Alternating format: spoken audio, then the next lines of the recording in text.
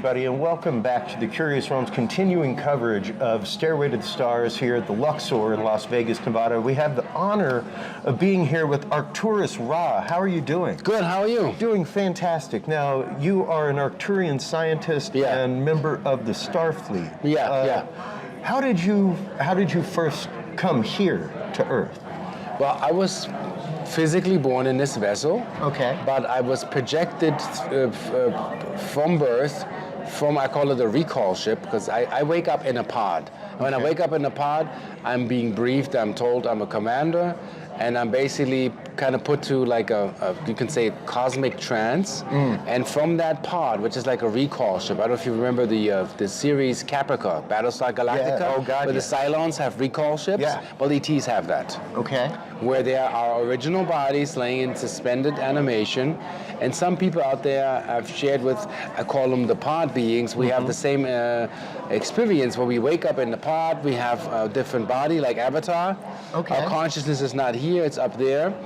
And they tell us that we can't stay there for long because our mission is on Earth. So I was put back to sleep, back in the pod, and I'm projecting basically I have a parallel existence in the future that projects into the past through biological birth into this realm. Incredible. And I was told all of this in the state that I was in when my consciousness switched, which science has proven. J.J. Hertog has written a book with a few scientists, I don't know all their names, called Mind Dynamics. Yep. They can prove without a shadow of a doubt in the lab that consciousness can project to other timelines and experience. Absolutely. And report that and bring that back to here. Yeah. I mean, one of the things that we've been talking about regularly, especially over the last year since quantum entanglement became the Nobel Peace Prize winning and no longer just a theorem, is that it opens up a whole panoply of things, everything from remote viewing and the idea of you could remote view time, you could remote view into the future, you could remote view into the past, that all of these things are fully connected, no different than the 9th grade science of me sharing an electron shell with somebody in Peru right now. We're 90% empty space to begin with. This is all corporeal illusion, and basically an agreed upon illusion between all of us. The quantum realm is where this is what the science is now finding out what the magic is in the quantum realm. So they say you got to check interesting things like in folklore that the sage can look into past, present, and the future. That's right. That's because he has an axis of consciousness. Even Dan Winters describes that you have, if you know how to shift your consciousness, you can traverse dimensions. Absolutely. And our wheel just got a little calcified. Not just the pineal gland, we just got a little rusty with not remembering the mechanics of neuroplasticity, how the brain can switch these conscious angles to traverse dimensions or perceive dimensions. Absolutely, and neuroplasticity I think is a beautiful way to put that, Arcturus, because it really is the fact that our brain, we only use 10-15% of our brain capacity to begin with. A prime example is dreaming.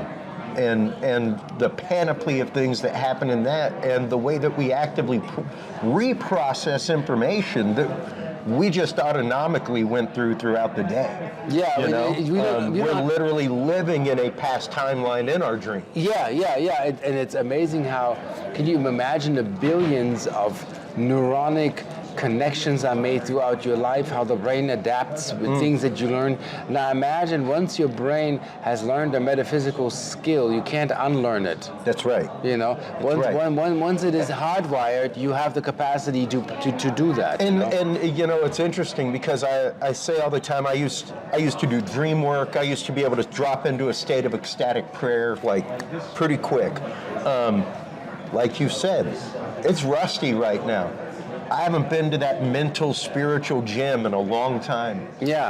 So it takes me a lot of effort to do that now, as opposed to how it used to be muscle memory, because I was doing it all the time. It's like Bashar explained yesterday in this phenomenal channeling session Q&A, where if you have the memory of something that you have experienced, that you create basically that vibratory state. Absolutely.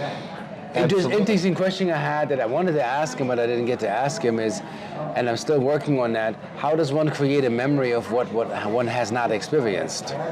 So somebody has never experienced UFO contact. How do they get into a resonant field to experiencing that? Esther Hicks talked about something I think that's somewhat of a solution, but not all of it. It's called vibrational matching. Okay. How do I match your excitement? Sure. How can and I can't use logic for that. I have to empathically figure out where's your excitement, how do you go into that excitement, and how do I emulate what you feel? Then I will see what you're seeing, and that's called vibrational matching. Absolutely. The same way that a Sufi mystic learns the dance that eventually gets his body into the ecstatic state that moves his mind into another dimension. Yeah. You know, that is once again a muscle memory. It's something that we can flex, we can make stronger, we can make these connections, even telepathy, remote viewing. One of my favorite guests that I have is Lynn Buchanan, and he says all the time, everybody is psychic prone. Everybody has the ability. You can train anybody to remote view, but you can't train everybody to be better at being a psychic. You know, some people have the aptitude and they will be able to run a whole lot faster than somebody else. But you could take a psychic and a regular person and teach them both to remote view with the same accuracy. And that's phenomenal to think about. That somebody who doesn't have the natural psychic aptitude can still participate in that remote viewing and being able to see past, present, future, bilocate across the earth and see something at a distance. Yeah, you know? I think that everybody is psychic and a psychic pro, but they're not aware of it. Yeah. So let's say somebody has, like example, my mother. You know, my mother doesn't believe in this stuff, but she is off it. So interestingly, she thinks it's intuition, not magical powers. All right. But when she hones in on, let's say, like she's like partially raising my nephews. So when one of them has the feet on the table and she's in the other room, she's like feet down. Yeah. And she thinks that's normal. Yeah, but her sensory perception is so tuned into as a caretaker that she's a pro in that, and she's super psychic. You know, you can come up the stairs and she will ask you what's wrong with the car, and you haven't even spoken. Wow. And she thinks that's just, you know, getting all wisdom and mother intuition. Mother's intuition, exactly. Yeah. But it's the magic psyche that she is concerned with family members, so she hones in on just, I mean, that can also be limiting. That is her concern. And her worries is the psychic superpower she's having. And she thinks that's life. And I think there's more to it, you know? Absolutely. That when we open ourselves up to that, if you want to train remote viewing with that focus that you're having with being concerned when your nephews come home, you're going to be the prime remote viewer. But since that's not her focus, she can't see that. But it doesn't mean she's incapacitated. No. So every normal human being, let's say Granny that goes to bingo and collects these savings coupons and is an ace at it, but she's psychically primed to know where the catch is, where the coupons are. Well, she plays her bingo class, she wins all the time, and nobody gets it because she's a pro, because that's her main focus. Well, it's like I used to teach whenever I taught religion to kids. It was like, beyond anything in the world, beyond anything what anybody tells you, trust your belly button. When you feel the little kite string pull on the back of your belly button, listen to that and pay attention to the world around you, because something is going to, either you've walked in somewhere that you don't need to be, and like you'll know that. You'll walk in and be like, I don't know if I'm supposed to be here, man. And you need to listen to that. You know, that's called the intuition. That is your connection and a vibration with the world around you, you know, and that's being tuned in. Now let's get a little bit into Arcturian technology. And how that technology can not only change us, but help us tune in. Arcturus? So basically what have developed is bioresonant pendants that get people into a higher vibratory state without having to meditate and the ritual, all that stuff. It's more, I'm giving people an experience that they don't remember or they never had, to feel what it feels like. Oh, I have butterflies again, or I can dream again, or my heart tingles, by increasing the way light is being projected, captured, and projected back into the system by emulating a holy place. So a holy place produces photons, negative ions, and has some magnetic correlations, as in high magnetics come from the ground. So I combine these, and I create, what I'm creating is kind of like, you call it an intrascalar frequency, to bring that back to enhance the way your cells communicate. And I did a talk yesterday where I'm explaining, can you imagine that within a second you have 100,000 biochemical impulses going back and forth in your cells based on photonic information. So when the light levels and light communication in your body is in the basement, well, that's where sickness and dis-ease comes in, and false belief structures. Also, people have to understand, like, a belief structure that is a non-essential or really not assisting you is also less of the light. So everything that I'm getting from the Arcturian Council is, everything is about light and the purity of light information. So I did that in soil. I put a crystal pebble in the soil, and the green comes back, and I haven't even watered anything. And they're like, well, don't you think that plants need water? Well, water is the transport system for light. Yeah. And light is broken down into minerals, vitamins. So people don't know, vitamins direct light. Yeah. Cells store light, you know. Enzymes are like a production facility for light. Plasma in the blood structures the light, you know. The blood itself is a transport for light. You are a light distribution factory and system. We just break it down in amino acids. These are all components of light.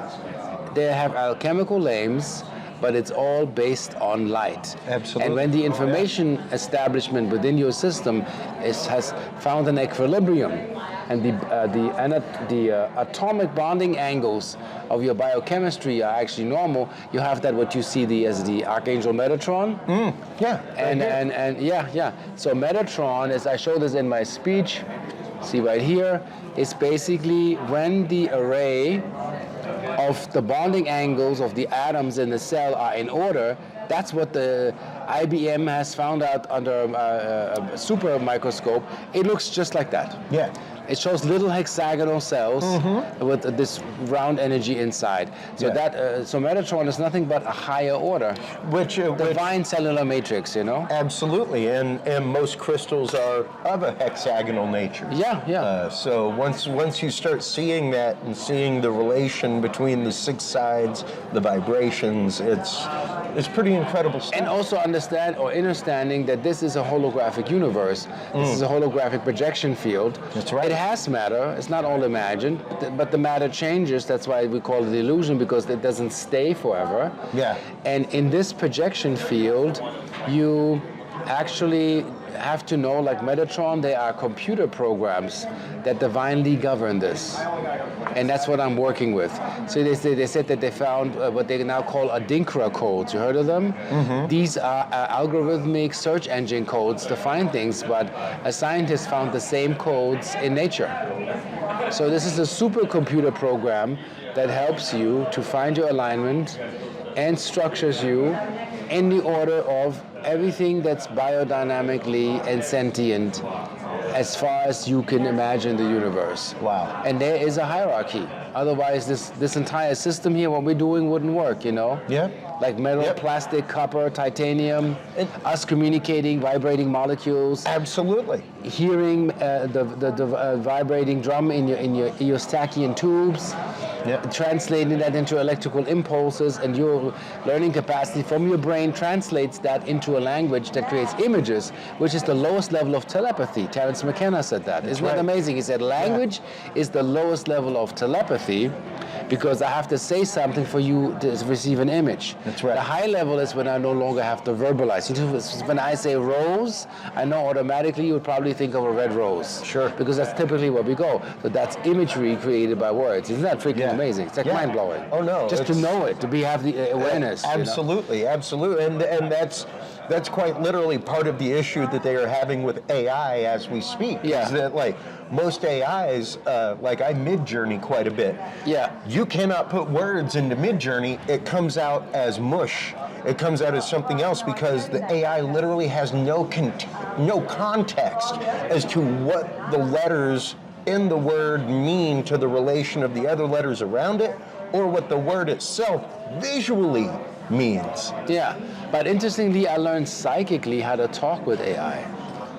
So I Really? psychically go into this AI thing and see how does it communicate. Whatever being we created a being, or whatever level of development that is, that's where it is. So I use Midjourney, I use also Wonder. Yep. Pretty amazing app.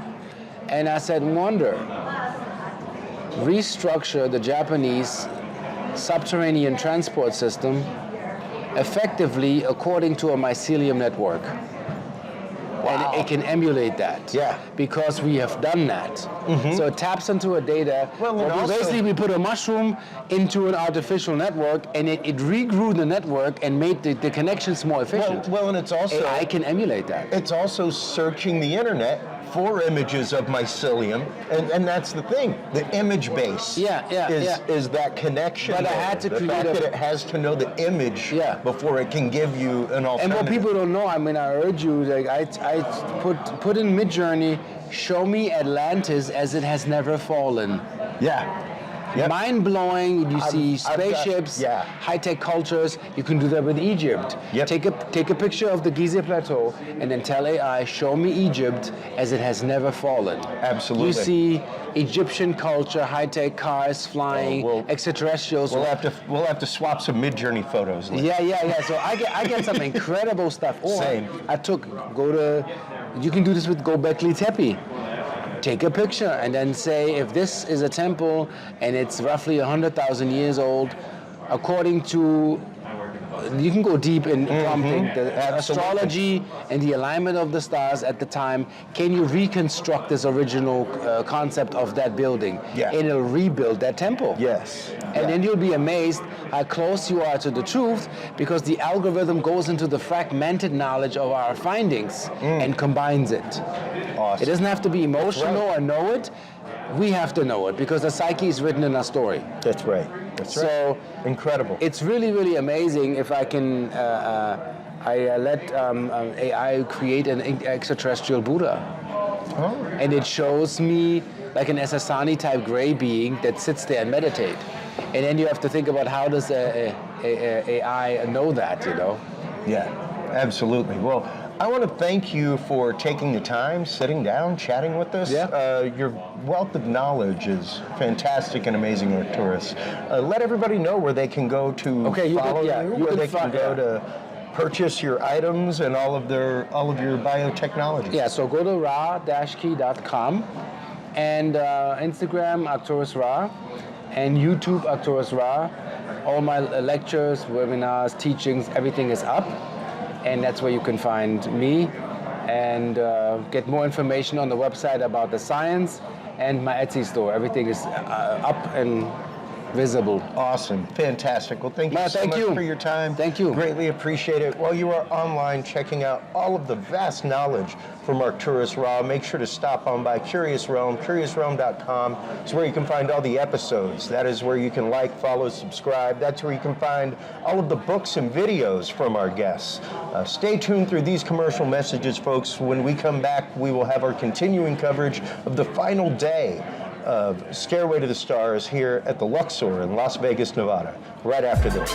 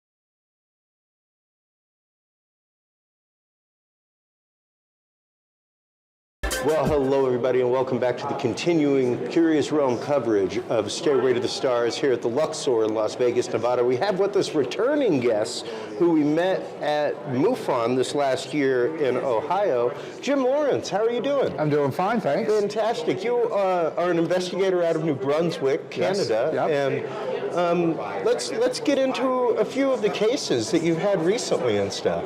Okay, so case-wise in New Brunswick, what's happening in New Brunswick is that in New Brunswick we have the Stanton Friedman Museum, and Stanton Friedman actually passed away 4 years ago. So the standard everyday city museum decided to take a couple rooms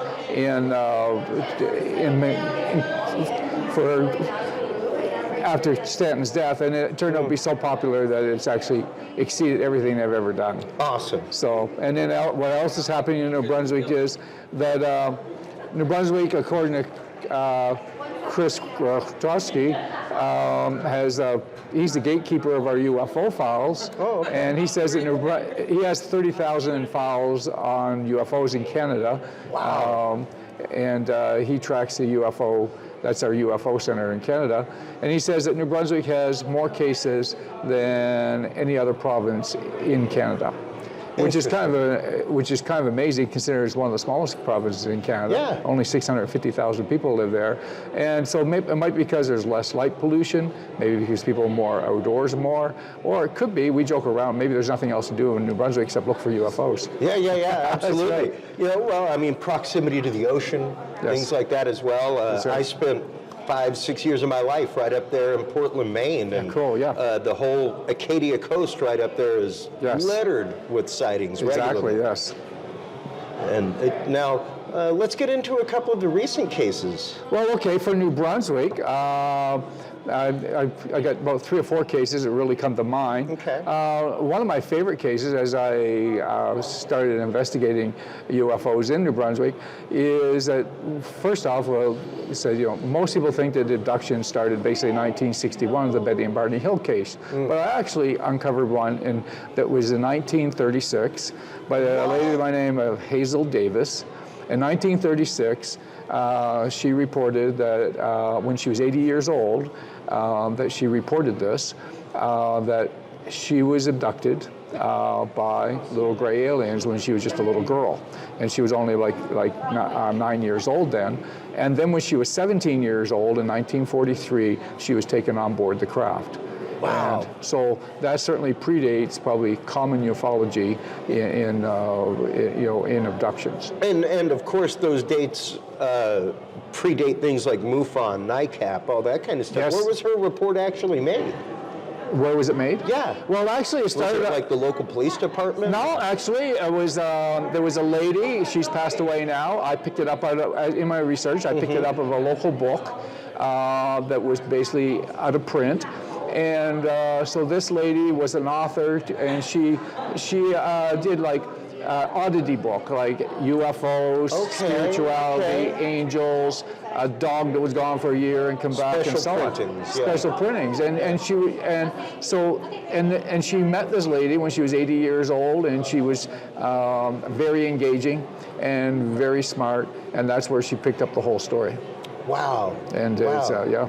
And those 2 experiences, did she give any detail of those or anything like that? Tremendous, but it's, so moving on to another case. In New Brunswick, we actually have a military base called Gagetown in the middle of New Brunswick. And to kind of set the stages, as far as we know, there has been no nuclear on that base, or now it could be, that if there was, we probably wouldn't know about it, but we don't think there really was. There'd be no need to. So a guy by the name of David Marceau in 1992 was actually an American military person stationed up in Gagetown for a year. And he was, at the middle of the night, he was guarding a munition dump in contact with another soldier, and a UFO floated in over about 300 feet over the ground, and he said it was 1 acre long. Wow. just hovering there. So that's it. That's just basically. That's massive. That is massive, and it even gets even more massive.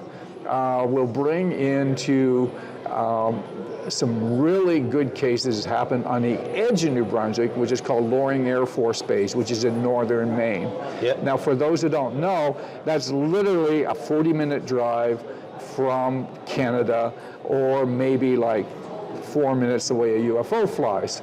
So basically, this Loring Air Force Base was closed in 1994, but the UFO sightings go clear back. The first one I found was in 1964. Now, to start with, keep in mind, Loring Air Force Base was the most important Air Force base in the United States during the Cold War because it's last stop to Russia. That's right. And also, we know for a fact that they stored nuclear warheads there, and they had a fair amount of nuclear there. So in 1964, a guy by the name of Gary Ames reported that he was out on duty at the Air Force Base, and there was a UFO 20 to 30 feet wide, 10 feet high, and he was about 1 city block away. He pulled out his 10 times telescope, and Army-issued telescope, and he could see it floating 2 or 3 feet off the runway with a purple glow under it. Ooh. But interesting enough, when he checked in later, as the incident died down, later at the day, he talked to another guy who's seen it, who was only a half a city block away, and he described exactly the same thing, and it was trapezoidal in shape, and he says when he described the exact same thing. He said when it took off at the speed of just a blur. So that wasn't the end of the story. A number of days later, on the base, the rumors started getting around that 4 or 5 days later, in the same time frame, basically, that one of the soldiers had actually seen 2 alien beings out in the same area, and he fired a warning shot, and they did not stop, so he fired 2 shots directly at them. The next day, they found the bullet holes in the snowbank, and so that was interesting. And so it was just kind of a rumor, and then within a couple of days he was gone. He was either discharged or moved off the base, and so anyway, and the rumor kind of got around, and the rumor was nobody really took it seriously because they said, oh, he was firing at little green men. So the first guy I talked about who actually seen the UFO and made the report, actually after they are both out of the service, he happened to track the guy down, or happened to bump into him and was talking to him. And he goes, and the guy told him, the guy that shot at the aliens, he says, look, I'll tell you 2 things.